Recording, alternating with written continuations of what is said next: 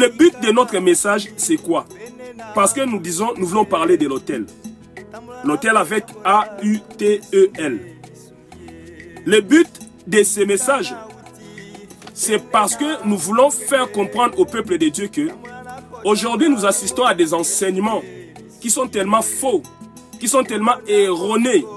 Nous sommes souvent confrontés à des serviteurs de Dieu ventriloques qui veulent à tout prix nous soutirer de l'argent tout en utilisant la même parole de Dieu comme l'avait utilisé Satan le diable dans le jardin d'Éden. Et aussi parce qu'ils connaissent la parole de Dieu, ils veulent l'utiliser dans le but de soutirer de l'argent au peuple de Dieu. Voilà pourquoi notre Dieu nous a mandatés au milieu de vous pour vous faire comprendre sa parole par rapport à tout ce qui est autel. Je crois chacun de nous, au moins pour ceux-là qui vont à l'église, vous avez au moins entendu parler de l'autel. Genre, un pasteur vous prêche, il vous dit, par rapport à votre situation, il serait mieux de poser un autel. Et quand il parle de l'autel, en fait, il vous demande de donner une grosse somme d'argent afin d'inciter votre Dieu à agir dans votre vie. Et c'est de cet autel-là que nous voulons parler, mon frère, ma soeur. Voilà pourquoi je vous demanderai de rester vraiment connectés, concentrés, car nous allons sortir des choses qui vont vraiment vous révolutionner. Et l'autel-là que nous sommes en train de parler en ce moment, par définition, c'est quoi? Bibliquement parlant, et si même nous prenons les dictionnaires, l'autel-là est défini étant une pratique qui se faisait dans l'Ancien Testament. Donc, dans l'ancien temps, à l'époque de Moïse, de Noé, des Abraham, de tous ces mondes-là qui ont vécu avant nous, dans l'Ancien Testament, à leur époque, ils pratiquaient ce qu'on appelle l'autel. Pourquoi ils les pratiquaient? Comme nous l'avons dit tout à l'heure, l'autel consiste à poser des actes afin d'inciter l'Éternel à descendre pour agir dans votre vie. Je donne un exemple. Peut-être tu es malade, tu veux que l'Éternel descende pour te guérir. Et à cause de cela, il va falloir que tu fasses un autel. Peut-être pour l'autre, il a envie d'avoir les enfants depuis qu'il s'est marié ou qu'elle s'est mariée. Il n'y a jamais eu des enfants. Et pour inciter l'Éternel à lui donner des enfants, dans l'Ancien Testament aussi, on appliquait ce qu'on appelle l'autel. Peut-être pour d'autres, ils cherchent le mariage. Il s'est dit non, tout mon entourage s'est marié. Moi, l'âge avance. Mais j'ai tout fait jusque-là, l'Éternel ne se manifeste pas. Il faudrait que je fasse un autel. Et mon frère, ma soeur, comme nous avons dit, le but de l'autel dans l'Ancien Testament, c'était d'inciter l'Éternel à descendre dans notre vie pour qu'il agisse au travers de nos problèmes. C'était ça le but de l'autel. Et mon frère, ma soeur, comme nous avons dit, nous allons maintenant comprendre de quoi était constitué cet autel. De quoi était constitué cet autel? Oui, mon frère, ma soeur. L'autel, en fait, était constitué généralement de 4 choses. Quand nous parlons de l'autel, si nous prenons Genèse 22, 1 à 2, nous allons l'expliquer après.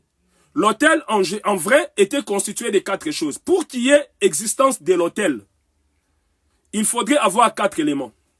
Il faudrait avoir l'endroit, soit, s'il ne faut pas parler, soit l'endroit ou la table. Une table, c'est le premier lieu, soit la première chose. Deuxièmement, il faut avoir les sacrifices. Donc ça veut dire la chose que l'on doit donner à son Dieu. C'est la deuxième chose. Et la troisième chose, on doit avoir les bois. Et la quatrième chose, on doit avoir du feu. Ce sont ces 4 éléments-là qui, généralement, constituaient l'autel dans l'Ancien Testament. Donc, il y avait l'autel lui-même.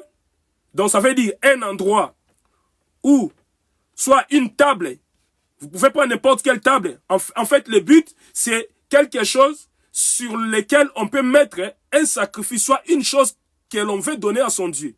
Donc, il faudrait premièrement cette table-là. Ça peut être une table, ça peut être un endroit préparé sur lequel on s'apprête à mettre quelque chose dessus. Et deuxièmement, il faudrait avoir les sacrifices. Comme j'ai dit, les sacrifices, c'est quoi?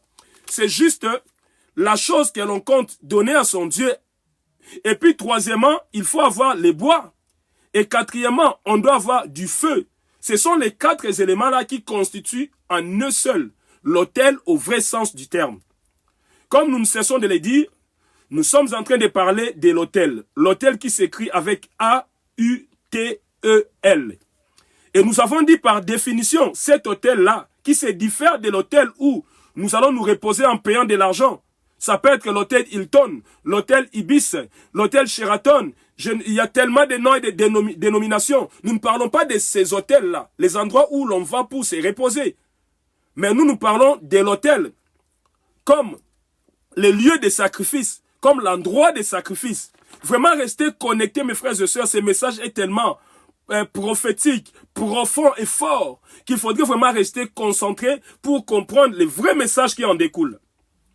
Et nous avons dit par définition, l'autel, nous pouvons les définir de 2 manières. Premièrement, l'autel est une table consacrée. Je précise bien une table. Mais cette fois-ci, cette table, elle est consacrée. Sur laquelle un sacrificateur offre une chose à son Dieu. Et la chose que l'on offre à son Dieu, nous l'appelons sacrifice. Nous allons mollo. La première définition, nous avons dit, l'autel est une table. Mais au moins cette table, elle est consacrée. Et sur cette table, un sacrificateur, dans l'ancien temps bien sûr, parce que là nous sommes dans l'Ancien Testament, offrait une chose à son Dieu dans le but d'inciter son Dieu à descendre, à agir. Je peux